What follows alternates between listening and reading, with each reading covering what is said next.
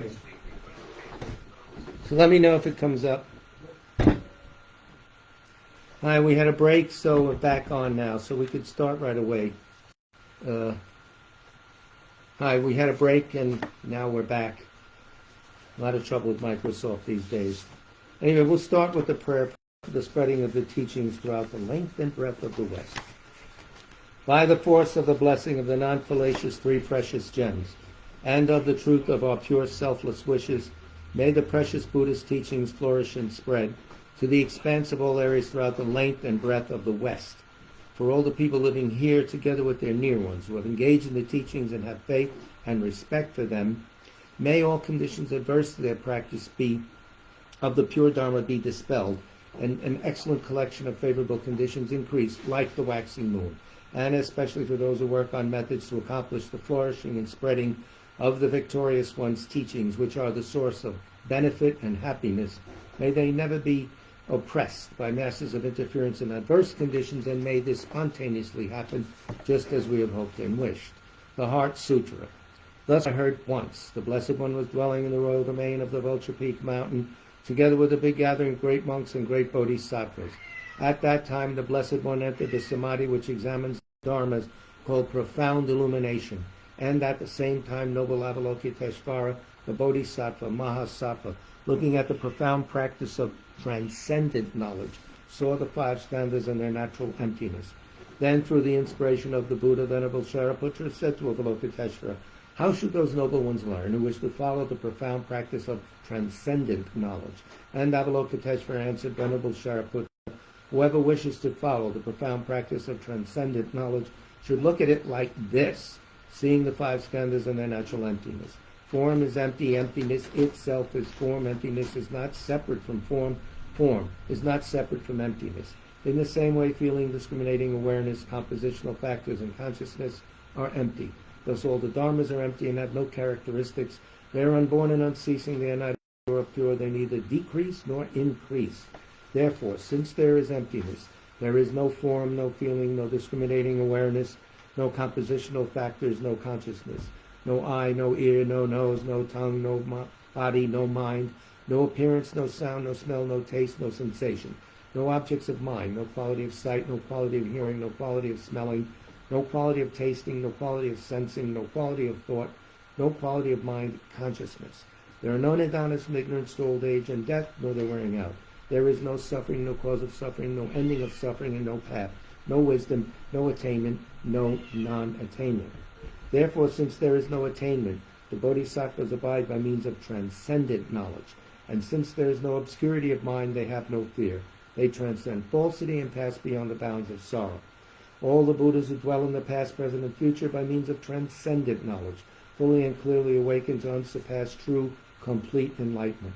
Therefore, the mantra of transcendent knowledge, the mantra of deep insight, the unsurpassed mantra, the unequaled mantra, the mantra which calms all suffering should be known as truth, for there is no deception. In transcendent knowledge, the mantra is proclaimed, Tayat Om Gate Gate Paragate Parasam Gate Bodhisoha.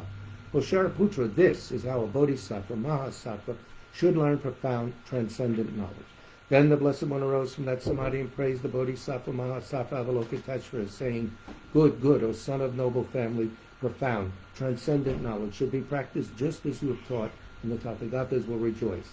When the Blessed One had said this, Shariputra and Avalokiteshvara, that whole gathering in the world, with its gods, humans, asuras, and Gandharvas, their hearts full of joy, praised the words of the Blessed One. The refuge and bodhisattva vow, which we recite 3 times. With the wish to free all beings, I shall always go for refuge through the Buddha, Dharma, and Sangha until I reach full enlightenment. Enthused by wisdom and compassion today in the Buddha's presence, I generate the mind for full awakening for the benefit of all sentient beings. As long as space remains, as long as sentient beings remain, until then may I too remain and dispel the miseries of the world. With the wish to free all beings, I shall always go for refuge to the Buddha, Dharma, and Sangha until I reach full enlightenment. Enthused by wisdom and compassion, today in the Buddha's presence, I generate the mind for full awakening for the benefit of all sentient beings. As long as space remains, as long as sentient beings remain, until then may I too remain and dispel the miseries of the world. with the wish to free all beings. I shall always go for refuge through the Buddha, Dharma, and Sangha until I reach full enlightenment. Enthused by wisdom and compassion today in the Buddha's presence, I generate the mind for full awakening for the benefit of all sentient beings. As long as space remains, as long as sentient beings remain, until then may I too remain and dispel the miseries of the world. May all the pains through whose kindness wholesome minds ensue, and I prostrate to my spiritual masters through whose kindness I develop. And now, as we do every time we convene, we recite a prayer for a swift return composed by His Holiness Dalai Lama as the cause for the quick return of Rato Chungwa Rinpoche. I'm getting a frame rate low message, Darren. I don't know. I'm going to leave it alone. On the website. Exalted wisdom of all victors gathered in a drop. Soul refuge manifest in the form of the one wearing saffron robes. Guru Lozang Tubuang Doje Chang. Please bear witness here today that our prayers may be fulfilled. We beseech the great torch of doctrine, accomplishing from long ago the vast waves of aspirational prayers, Lord of speech of the Victor Losang's teachings, spreading them to the ends of the earth by means of explanation and practice. Though holding the commitment, I will invite all beings to be my guests in unsurpassed great awakening, yet you have withdrawn the activities of the form body that serves the welfare of others. Is that worthy of the supreme among beings, the Bodhisattvas? Though impossible for you to cyclic existence's end, to abandon your commitment to liberate all beings, we beseech the new son of Nirmanakaya to swiftly return from the realm of Dharmakaya, brought forth by bodhicitta drawn by 7 steeds. Having reached the far limits of scholarship, religious life, and goodness, please come swiftly as an unrivaled supreme emanation, full holder of the sage's teachings and wish-fulfilling jewel, return as the glory of Losang Tenpei. Magnificent truth of the 3 precious jewels, Mahakala, Karmayama, and Srimata Devi, and the ocean of Dharma protectors, may you spontaneously fulfill our wish, the swift blossoming of the reincarnation's fresh moonlight face. So we once again have to bear with technical difficulties, among other things of samsara. So last class we mentioned, we were reading from the Foundation of Buddhist Practice, and we went through the 4 seals, and we didn't have time to do the 2 truths, which are relative and absolute, or conventional and ultimate, or whatever words you want to choose. So this is from page 13 of this excellent book, The Foundation of Buddhist Practice, which is the 2nd volume in a soon-to-be 10-volume series. There are 8 out already. The collaboration between His Holiness Dalai Lama and Venerable Thupten Chodron. Wonderful presentation. If you're going to get only one book, get this one, volume 2, because it gives you the basics of Buddhism. It reiterates a lot of what the LAM RIM says. So we're on page 13, the 2 truths. 2 truths. Let me see if we're getting, I don't know, yeah, okay. All right, we are getting out. Okay, good. People are coming in. Hang on. Oh, this is, hey, Darren, you got to come here and help me with this.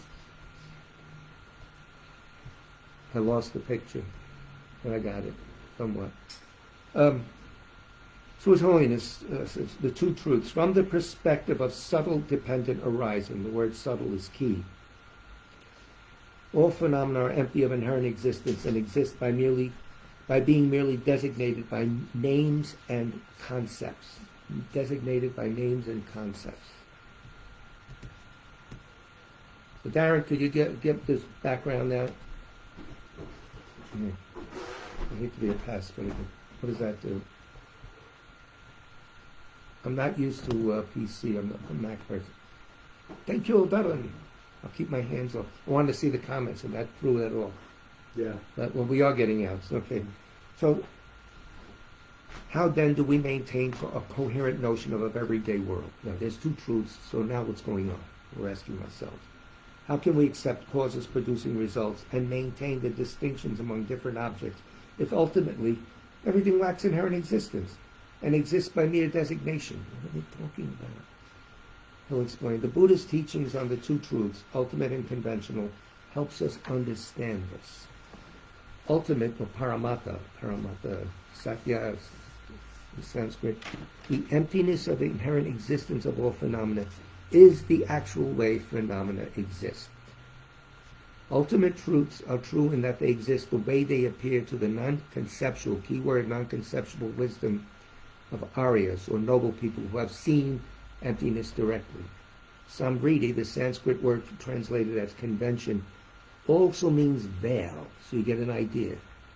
We're not seeing what's actually there, indicating that the actual truth of an object is obscured or veiled, the veil being ignorance, the mind grasping at inherent existence. The veil isn't something there. It's the way we look at things. We have our own internal veil. So keep that in mind. We're not talking about the outside. We're talking about our inner perceptions being veiled. So, due to ignorance, phenomena appear inherently existent, whereas they're not. Veiled truths are not true. They do not exist as they appear. That's what they mean when something is not true. It doesn't exist the way it appears. They are true only for ignorance, because we have ignorant minds. I'm not insulting, we all have. And as such are false. Our everyday world of people, things, and experiences are veiled truths, unless you're an Arya. To give another example, people gave me the title Dalai Lama. He makes it very easy now to understand. If you attend the public teaching that I give, you look at the person in front of the room who is speaking and think, oh, this is the Dalai Lama. As if there were an objective person out there, a person that exists from his own side. But when you search for exactly what that person is, you can't pinpoint anything. You see the body of a Buddhist monk and hear a voice. Through my body language and speech, you have some idea of what is going on in my mind. But when you look in the body, speech, and mind, you can't find the Dalai Lama. He is not his body, speech, or mind. The appearance of the Dalai Lama as an inherently existent person is false. Actually, he exists because on the basis of the collection of body and mind, your mind forms the conception of a person that you then designate as Dalai Lama. The Dalai Lama exists by being merely designated by name and concept. That is his conventional nature. The deeper way he exists, his ultimate nature, is the emptiness of being an inherently existent Dalai Lama. Continuing on page 14. For each phenomena, the two truths are present on that one base. The base emptiness of the table, emptiness of the chair, whatever. For example, the mind has a veiled or conventional nature and a deeper reality or ultimate nature. That's right. Its conventional nature is its clarity and cognizance, clear and knowing, in other words. The mind that perceives and experiences things. Its ultimate nature is its emptiness of inherent existence. These two truths exist inseparably.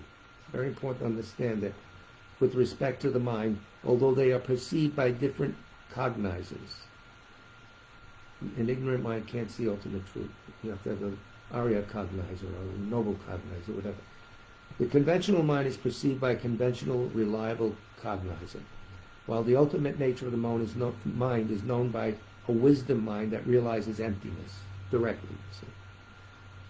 Although the two truths are different, they exist together and depend on each other. For that reason, the mind and its emptiness are said to be one nature, but nominally different. The two truths are not two unrelated levels of beings, with the ultimate truth being some absolute independent reality separate from the world of interdependent things. No, they're right there. So, what does it mean to be, for instance, one nature but nominally different? The white and on a conch shell. They never appear separately. The white of the conch, always together. We separate them in our mind. Things like that. That's what we conceptually or mentally separate things, but that never appears separate. So these conventional and ultimate truths are not separate, ever.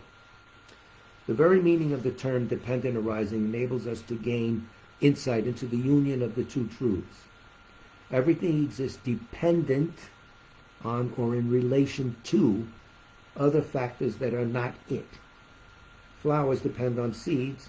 A human being depends on his or her body and mind. Space depends on the lack of obstruction. Being dependent, they are empty of inherent existence. But emptiness doesn't mean total non-existence. Because flowers, humans, and space arise. These veiled truths exist. Remember, to exist conventionally. Within the context of these appearances being dependent veiled truths, the Buddha taught the method aspect of the path to awakening. How do you get to that point where you know this? Okay. Because so many different kinds of forms and appearances exist, they are called the vast or the varieties of phenomena. Within the context of phenomena's ultimate nature being emptiness, the Buddha taught the wisdom aspect of the path, which is the emptiness of phenomena. It's called profound because it is free from conceptual fabrications and is realized by a profound wisdom consciousness. A different quality of your mind is operating and feeding information. Ultimate wisdom consciousness. Mm-hmm. Method and wisdom together are called the stages of the vast and profound path. We've heard that before. Here's another example. By meditating on the two truths and their inseparability, key word, and by cultivating the method and wisdom aspects of the path, all faulty states of mind are gradually removed, and the excellent attributes of a Buddha's truth body and form body are developed. Buddhahood is attained through this unified, keyword unified, cultivation of both method and wisdom. The chief wisdom is the wisdom realizing emptiness of inherent existence, and in the Mahayana, the chief method is the altruistic intention to become a Buddha, bodhicitta, induced by great love and great compassion. Although practiced in tandem, method and wisdom each has its own principal result in Buddhahood. Practiced together, but what are the results of those? The principal result of method is the form body of a Buddha. So people who can teach, etc., are useful. The bodies in which a Buddha manifests in order to teach sentient beings. And the principal result of wisdom is the truth body of a Buddha, the Buddha's omniscient mind and its ultimate nature. Buddha Dharma can also be spoken of in terms of basis, path, and result. The basis is the two truths, conventional and ultimate. The path is the two cultivations, method and wisdom, and the result is the two bodies of a Buddha, the form body and the truth body. But we can't see the Buddha's mind, and we can't even see his glorious form. So he has, besides, the form body breaks into Sambhogakaya and then Nirmanakaya, an ordinary being. The Nirmanakaya is a tulku in Tibetan. The Rinpoche was a Nirmanakaya. It is a Nirmanakaya when that manifests. The result is the two bodies of a Buddha, the form body and the truth body. Here we see clearly the correlation of conventional truths, the method aspect of the path, and the form body of a Buddha, and the correlation of ultimate truths, the wisdom aspect of the path, and the truth body of a Buddha. Mm-hmm. The topics introduced in this chapter are complex and important. Only when we understand the nature and relationship of the two truths according to the Mahayana viewpoint can we fully understand the meaning of the four truths and know the full meaning and purpose of taking refuge in the three jewels. This chapter gave you a glimpse of these, and the fuller explanations that follow will elaborate on them. He's talking about the rest of the volume. The four seals, impermanence, dukkha, selflessness, and nirvana, true cessation, are among the most important objects for us to know on the path. For that reason, in the following chapter, we'll explore the reliable cognizers that enable us to have correct knowledge. And then chapter 2 talks about, okay, what kind of minds do you have to start to learn all these things? So we won't go there now, but eventually we might. And let me find my page number. Just a little bit now. This section called Fear or Hope at Death. And there's a lot in these few words. Not very long, really, about two and a half pages, not even. Yeah, 3.2 pages, something like that. Not much, but very quick. Fear or hope at death. He's going to give you a lot of hints that you think about and get some insight into what tantra practice is, etc. Page 217. If our lives have centered primarily around the 8 worldly concerns, our mind becomes familiar with non-virtue. While dying, attachment to self arises, and wanting security and not suffering, we cling to what is familiar, our body, mind, and so forth. Then, fearing that we will cease to exist at death, we crave another body. That power puts us somewhere. In contrast to this panicked fear, if while we are alive we generate a wise fear of death, we will be able to set our priorities wisely and make our lives meaningful. The wise fear is aware of the danger of destructive karma ripening at the time of death and propelling us to an unfortunate rebirth. It sharpens our mindfulness, motivates us to practice virtue, and enables us to prevent that danger. This, quote, fear is similar to the mental state when we merge our car into highway traffic, aware of the possibility of having an accident. We are cautious, which prevents an accident. So obviously, put the venerable children out of that, because I don't think His Holiness merges his car. She had a beautiful white Cadillac in 1989. It was her father's. Amazing. Wise fear inspires us to set clear priorities so that we make our life more meaningful and do not waste it on unimportant activities. So it's like apprehension. I don't know what kind of word you would have, but wise fear is the best. You don't panic because you like when you drive your car, oh, this is serious, let me pay attention. That's all. Death is serious, let me pay attention and do what I have to do. Our life becomes very vibrant and vital as we live each moment fully, aware that the only time we can practice in the Dharma is now. Due to practicing diligently, we will be free of fear and regret at the time of death. As the great yogi Milarepa said, yay, Milarepa shows up. In horror of death, I took to the mountains. Again and again, I meditated on the uncertainty of the hour of death. Capturing the fortress of the deathless, unending nature of mind, now all fear of death is over and done. The fortress of the unending nature of mind, that continuum that's always been with us and always will be. You realize it. His Holiness continues, upon seeing a stray horse and an empty chariot, the Buddha's disciple Mahanama, great name, Mahanama, noted that his mindfulness of the three jewels became muddled. Ooh, this is an attractive thing. He remembered that he too would die, and although he was a stream enterer like an arhat, and had no reason to fear death, he became concerned about his future rebirth. The Buddha assuaged his fear by reminding him that the virtue he had created will propel his mind upward on the path. This is from Samyutta Nikaya. This is a Pali text. Don't be afraid, Mahanama, the Buddha said. Your death will not be a bad one.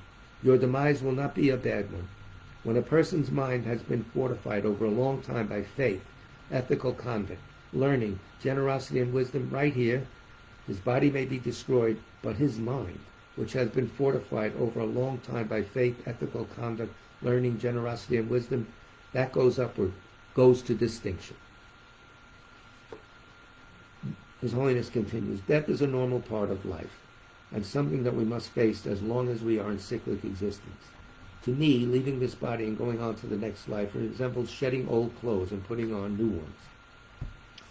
For practitioners who have trained their minds well while alive, the experience of death can be profound and transformative.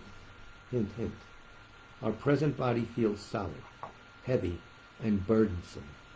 In addition, our gross consciousnesses are dependent on the brain, which limits our mental functions. Start thinking this way. Our gross consciousness, dependent on the physical brain, limits our mental function. So these meditation techniques, I'm not here, my body hurt. The subtle mind is allowed to come up when the gross mind is subdued by techniques of meditation. Don't panic. That's where you have to go, they say.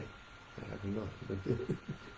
So, when our mind separates from the body, it is freer and can be utilized more effectively if we are well trained. This is very important stuff. Practitioners with very deep meditative experience can control their death and the process of rebirth, which is the whole narrative of Anatara Tantra. In each stage, the dying process, Bardo process, rebirth process, there's a chance to activate subtle minds that bring us to Buddhahood, they say. Although these people are rare, people that can do this, they show us the potential of the mind. As mentioned before, my teacher Chabje Ling Rinpoche, the predecessor of our current boss, you might say, meditated sitting upright for 13 days after his bodily functions had ceased. In the Western way of looking at things, clinical death was there. No breathing, no circulation. However, the body didn't deteriorate. His body remained fresh. I remember this happening, and I wasn't there, but I remember the narration of it. And now he's back. He came right to this place in front of this Buddha. So death was joyful, as Holiness goes on, death was joyful and spiritually satisfying for him. Highest Yoga Tantra includes a meditation in which death, bardo, and rebirth are taken as the path to the truth body, enjoyment body, which is Sambhogakaya, and emanation body, Brahmanakayas that we can see, ordinary people, of a Buddha. In the generation stage, this is done by imagination, the first stage of Anatara Yoga Tantra. By working with the subtlest wind and mind, key word again, subtlest wind and mind, during the completion of stage, these three Buddha bodies can be actualized. The completion stage, you actually you're actually manipulating the winds, and causing them to come in here and there, whatever they do. I don't know, I'm not educated. The first stage, generation stage, you're imagining these things to happen, to become familiar with them, to put down imprints, and eventually the imagination starts to take root. And you have the technique. I claim, of course, I'll reiterate 10,000 times what the children and all the lamas say, to achieve success in Tantra, you have to have renunciation, some appreciation of emptiness, that's the right actual non-conceptualization, and of course bodhicitta. You have the other two without bodhicitta, these techniques will not work. There's many reasons why we don't have time to go into them here, and I'm not properly trained to talk about these things, but read up. There's plenty of literature around. In my daily practice, His Holiness says, I do this meditation at least 6 times a day to prepare for death. The 6th session, no. Making my mind very familiar with the natural process of death. However, if I was in an airplane that is going down, I don't know how I would feel. He's so self-effacing. I am curious to discover how much of what I am currently practicing I will be able to implement at the time of death. One of our friends, an ex-monk, because his plane was really in trouble over Russia, he was going to India, and people were frightened and all this stuff. So I said, what do you do? He says, I just get out my rosary and started repeating Niximas, and I figured if I die that way, it'll be fine. A well-trained practitioner, sincere practitioner. So that's an ordinary person running around today. He walks among us. That's the least we can do. Or Chungla Rinpoche said, think of when you're dying, at least let me go somewhere where I could be of use to others, helpful with others. He said, that never fails. Tantric techniques, Rinpoche said, if you're very good, they work. But if you're not a good practitioner and you're just sincere about this motivation, bring that mind up, and that never fails. I'm taking his word for it. So, His Holiness continues, I am curious to discover how much of what I am currently practicing I will be able to implement at the time of death. And I think he's done it before, It's the 14th one. I have no doubt that the force of serious training during life, complemented by pure ethical conduct, bodhicitta, and some understanding of emptiness, the 3 principles you got to have, will be beneficial at that time. So that's it. Maybe in the future we'll take from this book the death process, which we've done before, according to highest Yoga Tantra. But I, again, can't recommend this book too highly. The Foundation of Buddhist Practice. Where is it? Well, this way. Okay. Everything's reversed, and I'm not too sharp. So, you'll hear more from it, because it's easy for me to read. So now, stop fooling around. Put away your toys, etc. The 16th chapter. Not negating enough. The problem with you is you don't negate enough. Has anyone ever said that to you? No? Good. Page 195 of volume 3. Refuting it overly, what we'll do is do a couple of pages of this and then go right to Geshe Sopa's commentary. Geshe Sopa's commentary is starting off on the topic and then giving us a background of logic. Giving us a few definitions so we can understand what Tsong-kha-pa is saying. So the two texts work nicely together. Refuting an overly restricted identification of the object to be negated. So what do you got to get rid of to understand emptiness directly? Please, let me know. All right, I'll tell you. First he starts, with a dialogue. They always present. The opponent says, the object to be negated is an intrinsic nature that has 3 attributes. Causes and conditions do not bring it into being. Yeah. Its condition is immutable. In other words, if it was inherently existent, that it would be unchangeable, right? It is positive without depending on some other phenomenon. Yeah, it will be independent for its own side, blah, blah, blah. And he quotes Nagarjuna to bring, weight to his argument. Nagarjuna's fundamental treatise, the Mula Madhyamaka Karika, He says, Nagarjuna said, it is not reasonable that nature should arise from causes and conditions.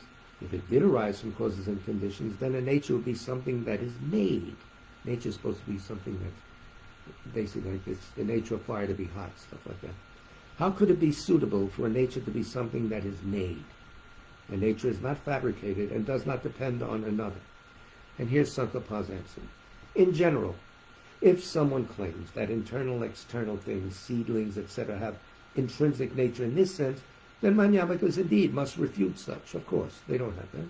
However, here, identifying the object to be negated means identifying the fundamental object of negation. Boom. The fundamental innate way people think and animals think and everybody thinks that we've had since beginning of this time. The other things are constructed somewhat. So when you refute, Tsong-kha-pa goes on, the fundamental object of negation, then the Madhyamika view, knowledge that phenomena lack intrinsic nature, develops in your mind stream. See how he phrases it? You discover it starts to develop in your mind stream. It grows internally. Very, very clever.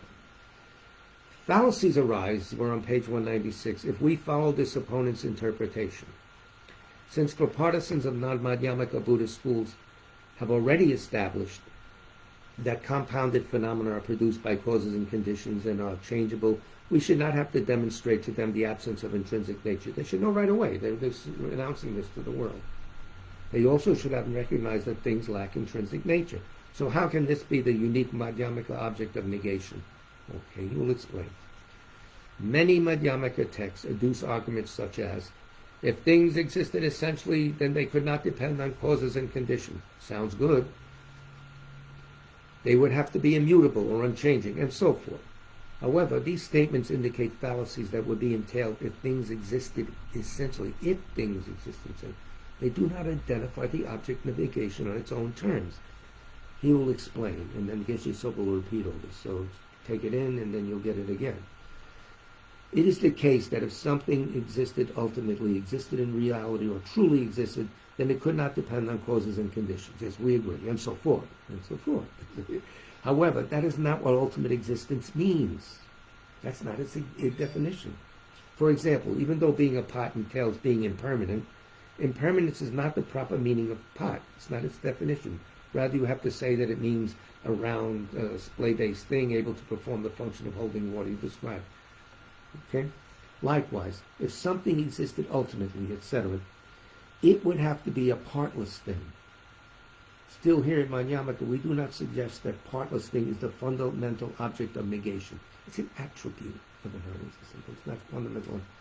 Since partless things are merely imputed from the unique perspective of advocates of philosophical tenets, such notions are not the fundamental cause that binds embodied beings in cyclic existence. That's the surface mind operating as, oh yeah, that's the underneath that is an instinctual error. That things exist there, and the Rinpoche used to say, you turn the light, roach runs away. This self-preservation is a characteristic of holding deeply to inherent existence. Running, fear, instinct, things like that. Yeah, it's not its definition. But it's something innate, not something learned philosophically. We've had it all along. Animals have it. Anything with a consciousness has it. That's not a Buddha. That's not fully enlightened, or at least in our head. Right. Furthermore, if you determine that those partless things lack intrinsic nature and then meditated on that, this would not at all counter the ignorant conception which has operated from beginningless time. Here we go. Therefore, even optimal and direct knowledge of that would not overcome the innate afflictions, the spinning your wheels. Thus, when making philosophical determinations, make your principal test to determine that an object as conceived by innate ignorance does not exist. Ancillary to that, refute objects of acquired misconceptions. If you do not understand this and fail to eradicate the perspective of innate ignorance, then, when you refute a personal self, you will only refute a self that is permanent, unitary, and independent. The lowest school's definition of what a self is. Big deal. You got rid of that, but you're still in samsara. So he's saying, now he goes on. When you refute an objective self, you will only refute things that are imputed by the advocates of philosophical tenets. such as objects that are partless particles, partless moments of experience, or a natural substrate, pradhana, with three gunas, strands, asserted by the Samkhya. A good name for a group, the three gunas, never mind. This is completely inappropriate. If you think otherwise, then when you make philosophical determinations, you will establish nothing more than this shallow selflessness. Bang the gavel. So now he's getting really precise as to what the Madhyamaka, Prasangaka Madhyamaka view is. As philosophical determinations are made for the purpose of meditation, when you meditate, you will have to meditate only on this. Don't waste your time on the other stuff. Therefore, if you actualize such a selflessness in meditation and consummated your cultivation of it, nothing would come of it. It would be extremely absurd to claim that you can overcome innate afflictions by seeing as not existent the two selves imputed by acquired misconceptions, because they're on the surface now. They're not deep down, where the crap starts. To excuse my French. Chandrakirti's commentary in the middle way says, when knowing selflessness, some eliminate a permanent self, but we do not consider this the basis of the conception of I. Yeah, what is this conception of I? Different from everything else comes in that basic ignorance, so you got to get rid of it. It is therefore astonishing to claim that knowing this selflessness expunges or gets rid of and uproots the view of self. We'll end there. That was on page 197, about almost the middle of the page. So we'll go to Geshe Sopa's commentary, which should be very illuminating to you. You will like it. He's going to introduce logic. Geshe Sopa is very clever. He starts you off on the topic, then he gives you all the side things you need to know. Little at a time, so you don't get bogged down. And I find it very useful. And I mark the page with fortune cookie, fortune. Things of that. Not negating it. This is Geshe Sopa's commentary. Oh, here, the fortune says, look around you and you will find the greatest treasure of all, friendship. Well, that's nice. We're on page 237 of LAM RIM 5, Geshe Sopa's commentary. Not negating enough. So he's going to start off straight out. Refuting an overly restricted identification of the object to be negated. Overly restricted. The other things, partless this, that, and that, it's not just restricted. You got to go right to the core. An opponent suggests that the Madhyamaka, Geshe Sopa says, an opponent suggests that the Madhyamaka object of negation is a nature that has three attributes. It's not produced by causes and conditions. It never changes from one state to the other, and its establishment does not depend on other phenomena. All right. We heard this before. The third character means that it does not depend on comparative relationship. He's just now defining something more finely. What does he mean by comparative relationship? What kind of dependence is this? Consider the example East, which cannot be established independently of West. Likewise, short or middle and so on depend on comparative relationships. I don't know the word in Tibetan. I'm sure a debater knows. Without comparison with its counterpart, they would not have any meaning. It could not be established. You can't say he's tall unless there's a concept of short. Right? You got that. The opponent bases his description on the object of negation on this passage from Nagarjuna's fundamental treatise. And here's a different translation of the Mula Madhyamaka verse. It is not correct for nature to arise from causes and conditions. Yes, if it did arise from causes and conditions, then nature would be something that is made. How could it be suitable for such a nature to be made? Therefore, a nature is not fabricated and not dependent on others. So on page 238, Geshe Sopa explains. Okay, let me check the time so we don't go, okay, we got time. Tsong-kha-pa replies that if someone were to claim that all internal and external functional things, such as sprouts, were established as this kind of nature, then the Madhyamakas would indeed negate it, because things are not like that. Yeah, we do negate that, fine. However, this is not the fundamental object of negation. You're not getting the hell out of jail with that. When you negate the primary object of negation, then the Madhyamaka view, understanding that all things are empty inherent existence, will arise in your mind stream. A nature that possesses the three attributes as described by the opponents above is not the unique object of negation of the Madhyamaka school. Negating this opponent's object of negation will not result in knowing the Madhyamaka view. Lack of inherent existence, specifically. The lower Buddhist schools already understand that all produced things arises from causes and conditions and change from one state to another at different times. Everyone knows this. Well, not everyone. If this were the fundamental object of negation, then there would be no need to show them things lack inherent existence. Now he goes into logic. So fasten your seatbelts, return your seat to the upright position, blah, blah, blah. Many Madhyamaka texts present negations of inherent existence in the form of consequences, such as, if things were inherently existent, then they would not be changeable, and they would not be dependent on causes and conditions. If then, the consequence thing. This argument indicates the refuting consequences that follow if the subject, functional things, were inherently existent. If you said this, then this follows. This form of argument forces the opponent to abandon their wrong assumptions, the opponents to abandon their wrong assumptions, given that they do not want to accept the conclusion that things are not changeable and not dependent on causes and conditions. It exposes the fault in their position in terms of the pervasion. And now, really button this, sharpen up your ears. He goes on to define terms. All logic depends on relations. Therefore, all philosophical systems, Buddhist and non-Buddhist alike, set forth a theory of relations. Some non-Buddhist schools specify as many as 6 kinds of relation. Most Buddhist schools, such as that of Dharmakirti and his followers, the Jnana Dharmakirti, posit only 2 types of relation, causal and same nature, based on which there are just 3 types of reason can be used in a syllogism. So they posit only 2 types of relation, causal and same nature.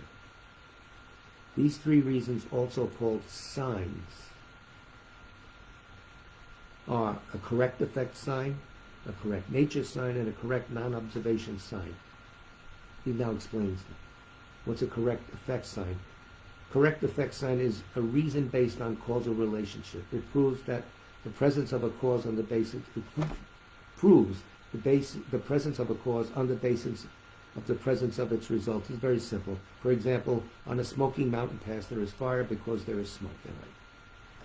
A correct nature sign is a reason based on a same nature relationship. It proves that one attribute on the basis of another that is of the same nature. For instance, a conch sound is impermanent because it is produced. The third type of reason, a correct non-observation sign, is simply the negative form of the other 2 signs.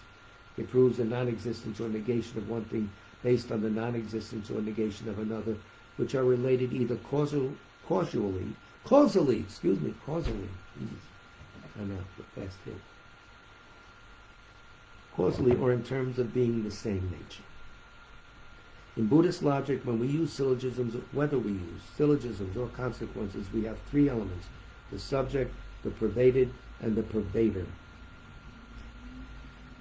Subject, predicate, and pervasion, or entailment sometimes for pervader. To understand what is meant by the latter 2, consider a generality and its instances. The generality is the pervader, and its instances are the pervaded. For example, a red pot is pervaded by being a pot. If something is a red pot, then it must be a pot. This kind of relationship is known as the pervasion. Bring me the red pot. Pot is a pot. I need a pot. That's all. So the generality is pot. The specific is the red pot. The instance. On page 239, second paragraph. The logical consequences we are considering here says, if things were inherently existent, then they would not be changeable and they would not be dependent on causes and conditions. If, then. That's a consequence. See? The pervader is inherent existence. The pervaded is not changeable and not dependent on causes and conditions. In this argument, the pervader is the object of negation. But in this kind of argument, as opposed to a syllogism, the object of negation, inherent existence, is identified in terms of what would follow from it, not in terms of what it is. It's not giving you a definition. It's identified in terms of what would follow from it, not in terms of what it is. If things existed inherently, well then nothing will change. That's all. This is what it means to identify the fault in terms of the pervasion, technical terms. But now you know what that means, so don't get thrown. You got to find the fault in terms of pervasion. That's what that means. Yeah. A definition or criterion of inherent existence, which is the object to be negated, is not provided. Instead, the Prasangikas reveal the unwanted consequences that follow from asserting that very object which is thereby negated. Very clever mental judo. Smart. So try to get used to their type of thinking, because when you start arguing from paragraph to paragraph, you won't get bored or thrown off the track. About middle page 239. Moreover, Geshe Sopa says, according to the Prasangika Madhyamika system, or the consequentialist school, if you want to put it in English, ultimately existent, really existent, truly existence are all synonyms of inherently existent. The other schools have different meanings for those, but they're all not inherently existent, according to Prasangika. The same consequences follow from any of them. That's why. Such as if things existed ultimately, really, truly, or inherently, then they would not be produced by causes and conditions. Any of those words mean that things are not produced by causes and conditions in the Prasangika school. You read the other schools, you got thrown off there. However, this does not mean that not produced by causes and conditions is the definition of ultimately existent. It's just what follows from, if there was ultimately existent. It is simply an expression of what would be the case if things were ultimately existent. Consider, for example, a pot. Am I right? Every pot is pervaded by impermanence.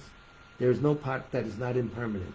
Although all pots are impermanent, impermanence is not the meaning, definition, or defining characteristics of a pot. Everything is. A lot of things are impermanent.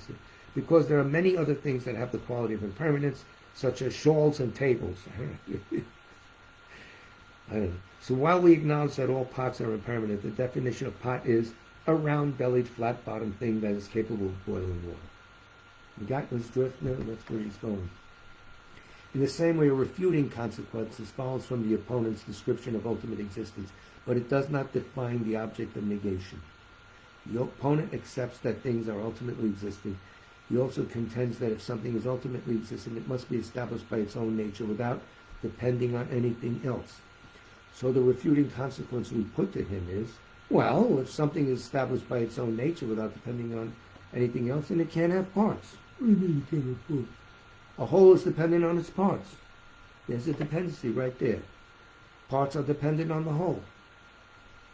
We cannot have a whole without parts, nor parts without a whole. Parts and whole cannot be established without mutual dependence. Nice word. Although being partless follows as a consequence of both being ultimately existent, partless is not the definition of ultimate existence. You see where his argument is going? It is simply the case that if things were ultimately existent, then they would be partless. Therefore, although the Madhyamikas do not accept anything to be partless, partlessness is not the primary object of negation. Giving you a big break here. Don't waste your time. It is merely a property of what is negated. It is just negated on the way, not principally. Negated on the way. I'm on the way. So we'll leave it at there because the time is running out. I dare not bring up the chat box because last time I did, I knocked the picture off that I can't see. So whatever is mentioned, and you mentioned Dominic. John Romita, the principal artist of Marvel Comics, who our friend Bob here knew well because Bob worked at Marvel Comics, and he stole all this money. Bob was a nice guy. Anyway, he says a very, very nice man and helped a lot of young cartoonists. So good for him. Him and whoever else you want us to pray for. Darren, you have any names on your thing? Sutra of the recollection of the Noble Three Jewels, what we're doing now. Yeah, no one else mentioned. No one else mentioned. Okay, thanks. I prostrate to the Omniscient One, thus the Buddha, Bhagavad, Tathagata, Arahat, Samyak, Sang Buddha, the learned and virtuous one, the Sugata, the knower of the world, the charioteer and tamer of beings, the unsurpassable one, the teacher of devas and humans is the Buddha, Bhagavat. Tathagata is in accord with all merit. He does not waste the roots of virtue. He is completely ornamented with all patience. He is the basis of the treasures of merit. He is adorned with the minor marks. He blossoms with the flowers of the major marks. His activity is timely and appropriate. Seeing him, he is without disharmony. He brings true joy to those who mourn with faith. His knowledge cannot be overpowered. His strength cannot be challenged. He is the teacher of all sentient beings. He is the father of bodhisattvas. He is the king of noble ones. He is the guide of those who journey to the city of nirvana. He possesses immeasurable wisdom. He possesses inconceivable confidence. His speech is completely pure. His melody is pleasing. One never has enough of seeing him. His form is incomparable. He's not stained by the realm of desires, not stained by the realm of form. He's not affected by the formless realm. He is completely liberated from suffering. He is completely and utterly liberated from the skandhas. He is not possessed with dhatus. His ayatanas are controlled. He has completely cut the knots. He is completely liberated from extreme torment. He is liberated from craving. He has crossed over the river. He is perfected. In all the wisdoms he abides in the wisdom of the Buddha Bhagavats, who rise in the past, present, and future, does not abide in nirvana. He abides in the ultimate perfection. He dwells on the bhumi where he sees all sentient beings. All these are the perfect virtues of the greatness of the Buddha Bhagavat. The Holy Dharma is good at the beginning, good in the middle, and good at the end. Its meaning is excellent. Its words are excellent. It is uncorrupted. It is completely perfect and completely pure. It completely purifies. The Bhagavat teaches the Dharma well. It brings complete vision. It is free from sickness. It is always timely. It directs one further. Seeing it fulfills one's purpose. It brings discriminating insight for the wise. The Dharma, which is taught by the Bhagavat, is revealed properly in the Vinaya. It is renunciation. It causes one to arrive at perfect enlightenment. It is without contradiction. It is pithy. It is trustworthy and puts an end to the journey. As for the Sangha of the great Jnana, they enter completely, they enter insightfully, they enter straightforwardly, they enter harmoniously. Big point. They are worthy of veneration with joined palms. They are worthy of receiving prostration. They are a field of glorious merit. They are completely capable of receiving all gifts. They are an object of generosity. They are a great object of complete generosity. The protector who possesses great kindness, the omniscient teacher, the basis of oceans of merit and virtue, are prostrate to the Tathagata. Pure, the cause of freedom from passion, virtuous, liberating from the lower realms. This alone is the supreme ultimate truth, are prostrate to the Dharma, which is peace. Having been liberated, they show the path to liberation. They are fully dedicated to the disciplines. They are a holy field of merit and possess virtue. I prostrate to the Sangha. I prostrate to the Buddha, the leader. I prostrate to the Dharma, the protector. I prostrate to the Sangha, the community. I prostrate respectfully and always to these three. The Buddha's virtues are inconceivable. The Dharma's virtues are inconceivable. The Sangha's virtues are inconceivable. Having faith in these inconceivables, therefore the fruitions are inconceivable. May they be born in a completely pure realm. So inconceivable beyond conception, stuff like that. We got that idea. And now as a further cause of the quick return of Rato Chola Rinpoche, His Holiness Dalai Lama recommends we recite the prayer for the flourishing of J. Tsong-kha-pa's teachings, which is what Chola Rinpoche was all about, to say the least. On the website, you'll find it in the FAQ section. Scroll down. Though he's the father, producer of all conquerors, as a conqueror's son, he produced the thought of upholding the conqueror's Dharma in infinite worlds. Through this truth, may the conqueror Losang's teachings flourish. When in the past, in the presence of Buddha Indraketu, he made his vow, the conqueror and his offspring praised his powerful courage. Through this truth, may the conqueror Losang's teachings flourish. That the lineage of pure view and conduct might spread, he offered a white crystal rosary to the sage, who gave him a conch and prophesied. Through this truth, may the conqueror Losang's teachings flourish. The conch symbolizes teaching the Dharma, blowing the conch. So the Indra Buddha conch gave him a conch, symbolizing you should teach Dharma now. That's what that's about. His pure view, free of eternity or destruction, his pure meditation cleansed of dark, fading, and fog. His pure conduct practiced according to the conqueror's orders, may the conqueror Losang's teachings flourish. Learned, since he extensively sought out learning. Reverent, rightly applying it to himself. Good, dedicating all for beings in the doctrine, may the conqueror Losang's teachings flourish. Through being sure that all scripture is definitive and interpretable without contradiction, advice for one person's practice, he stopped all misconduct. May the conqueror Losang's teachings flourish.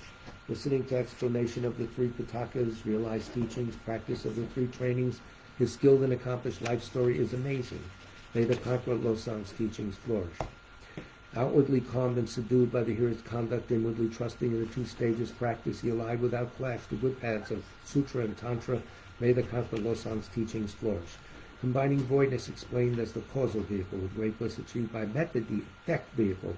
Heart essence of 80,000 Dharma bundles, may the conqueror Losang's teachings flourish.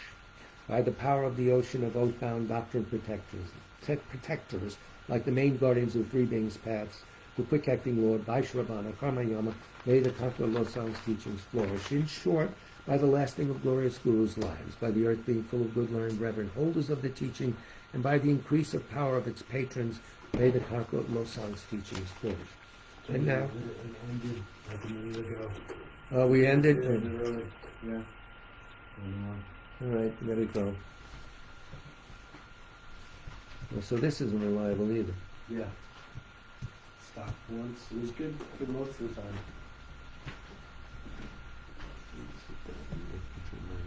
Shouldn't touch. Use his touch. Oh, it uses Touch touch. screen.